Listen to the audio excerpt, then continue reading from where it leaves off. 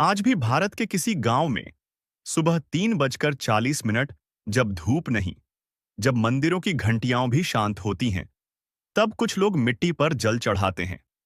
कहीं अग्नि के चारों ओर चक्कर लगाए जाते हैं, कहीं पत्थर को देवता मानकर दूध चढ़ाया जाता है। पर क्या आपने कभी सोचा है कि ये परंपराएं वेदों से भी पुरानी हो सकती हैं? क्या आज के भारतीय अनुष्ठानों में हजारों वर्ष पहले के प्राग हड़प्पा मानव अब भी जीवित हैं? आज की कहानी वेदों के परे जाकर उन आवाजों को सुनने की है जो इतिहास में दफन कर दी गईं।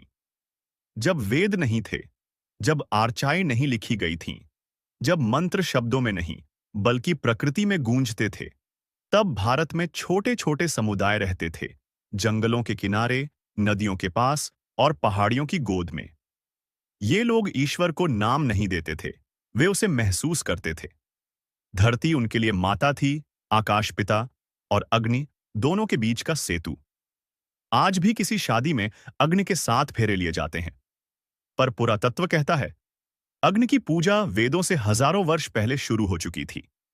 प्राग हड़प्पा काल में लोग अग्नि को न सिर्फ भोजन पकाने के लिए बल्कि शुद्धिकरण और साक्षी के रूप में मानते थे। आज का हवन शायद उसी अनाम अग्निदेव की एक गूंज है। आज हम गंगा, नर्मदा, गोदावरी को मां कहते हैं, पर यह भावना वेदों से भी पहले जन्म ले चुकी थी। प्राग हड़प्पा मानव नदी को सिर्फ पानी नहीं, जीवन की आत्मा मानता था। आज भी किसी बच्चे के जन्म पर जल छिड़का जाता है, किसी मृत्यु पर अस्थियां जल में विसर्जित की जाती है। क्या यह सिर्फ परंपरा है या हजारों साल पुरानी स्मृति? भारत के कई गांवों में आज भी बिना मूर्ति के पत्थर की पूजा होती है। ना चेहरा, ना हाथ, ना शास्त्र। प्राग हड़प्पा काल में देवताओं को आकार नहीं दिया जाता था। पत्थर उनके लिए स्थायित्व का प्रतीक था। आज के लोक देवता, वन देवता, ग्राम देवता शायद उन्हीं गुमनाम देवताओं की परछाइयां हैं। पीपल, बरगद, नीम, आज भी इनकी पूजा होती है। पर यह परंपरा न वेदों में जन्मी, न किसी ग्रंथ में। प्राग हड़प्पा समाज जानता था, वृक्ष काटना जीवन काटना है। आज जब हम धागा बांधते हैं, दीपक जलाते हैं, तो क्या हम जानते हैं कि हम किस युग से जुड़े हैं?